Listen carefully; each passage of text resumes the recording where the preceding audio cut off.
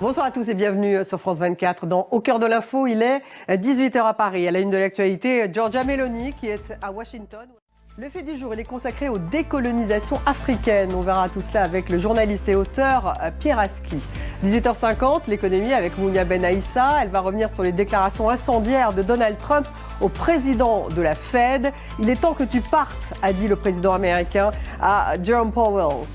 19h10, le débat, il est consacré à cette visite de Giorgia Meloni à Washington, où elle est donc reçue par Trump. Nous prendrons en direct la conférence de presse commune. Giorgia Meloni est-elle d'abord européenne ou italienne? Les entretiens de Marco Rubio, Steve Witkoff et Emmanuel Macron qui ont lieu en parallèle marquent-ils une reprise du dialogue avec les Européens? Face à Trump, les Européens agissent-ils en ordre dispersé? Le débat, ça sera vers 19h10.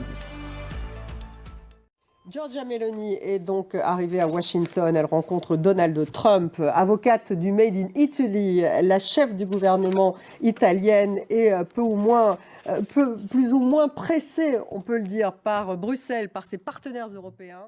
Giorgia Meloni, me semble-t-il, a été reçue à l'instant par Donald Trump. Enfin, vous allez nous le dire. Que peut-on attendre donc de cette entrevue? Merci Mathieu Mabin, donc en direct de Washington. Un chassé-croisé véritable, diplomatique, on peut le dire aujourd'hui, puisque d'un côté, Giorgia Meloni est à Washington et voit Donald Trump. De l'autre côté, c'est-à-dire à Paris, Marco Rubio, l'émissaire spécial Steve Witkoff, l'émissaire spécial de Trump, étaient reçus. Donc tous les deux, c'est un véritable bal diplomatique auquel on assiste aujourd'hui. C'est vrai, les réunions se sont multipliées. Merci Karim Meyaoui, donc en direct de l'Elysée. Une commission franco-haïtienne d'historiens va étudier l'impact sur Haïti de la très lourde indemnité financière qui était imposée par la France à son ancienne colonie en échange de l'octroi de son indépendance. C'était il y a 200 ans. On fait un point en image avec Ludovic de Foucault. Et tout de suite une page africaine dans le fait du jour.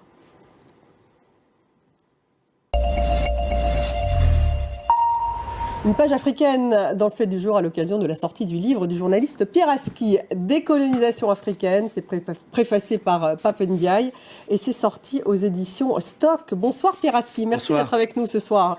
Ce livre qui revient sur ces héros de la décolonisation africaine. Je les cite tous, Léopold Sédar Senghor au Sénégal, Haïlé Sélassié en Éthiopie, Bourguiba en Tunisie, Nkrumah au Ghana, Sékou Touré en Guinée, Amadou Ahidjo au Cameroun, Félix Houphouët-Boigny en Côte d'Ivoire, Patrice Lumumba au Congo, Modibo Keïta au Mali.